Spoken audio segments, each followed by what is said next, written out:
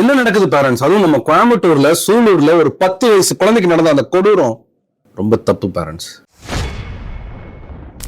நம்ம என்ன பேரண்டிங் பண்ணிட்டு இருக்கோம்? இல்ல இதுல குழந்தையோட தப்பா இல்ல பேரண்டோட தப்பான்னு முதல் பேசுவோமா? அவன் பக்கத்து வீட்டுக்காரன் தானே, நம்ம சொந்தக்காரன் தானே, அவன் கொடுத்த சாக்லேட்டுக்கும் அவன் கேட்ட வார்த்தைக்கும் அந்த குழந்தை கிளம்பி போனது தப்பா?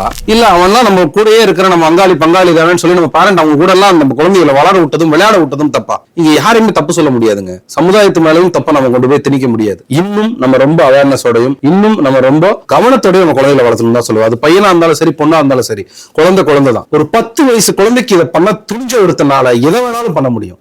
இந்த குட் டச் பேட் டச் எல்லாம் ஆரம்பத்துல ஒரு 3 வயசுல 4 வயசுல சொல்லி கொடுக்கறதோட தயவு செய்து நிறுத்திடாதீங்க. அதை திரும்ப ஒரு 6 வயசுல ரிப்பீட் பண்ணுங்க. 10 வயசுல இன்னும் இன்டென்சிட்டியோட சொல்லுங்க. அவங்களுக்கு 16 வயசு ஆகும்போது ரொம்ப பழியர்னு சொல்லிருங்க. ஏன்னா அதை திரும்ப பிரைம் பண்ணி சொல்லிட்டு இருந்தாவோ என்னமோ நம்ம குழந்தைகளை நம்மளால காப்பாற்ற முடியுமா? உண்மையாலுமே வலிக்குதுங்க. 2 பொம்பளை பிள்ளை வச்சிருக்கேன் நானு.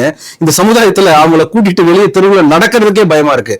ஒரு மருத்துவனான எனக்கே இந்த வலினா அந்த பெத்தவங்களோட நிலைமையை நினைச்சு பாருங்க. உடனே கவர்மெண்ட் குத்த சொல்ல வந்துடுறோம். அவங்க வந்து பாக்கல, இவங்க வந்து பாக்கலன்னு. நாம எங்கேயும் போனோம்? நம்ம குழந்தைக்கு நம்ம ஒழுங்கா பிரைம் பண்ணல. நம்ம குழந்தைக்கு ஒரு நல்ல சேஃப் என்வரான்மெண்ட் நம்மளால கொடுக்க முடியலன்னா ஃபெயிலியர் நம்ம சைடுல இருக்கு. தயவு செஞ்சு கேட்டுக்கிறேன் பேரண்ட்ஸ், நம்ம குழந்தைகளை இன்னும் பெட்டர் பேரண்டிங் பண்ணுவோம். they deserve more. இப்படி ஒருத்தனுக்கு என்ன தண்டனை கொடுக்கணும் அப்படிங்கறத மட்டும் கீழே கமெண்ட்ல சொல்ல மறந்துடாதீங்க.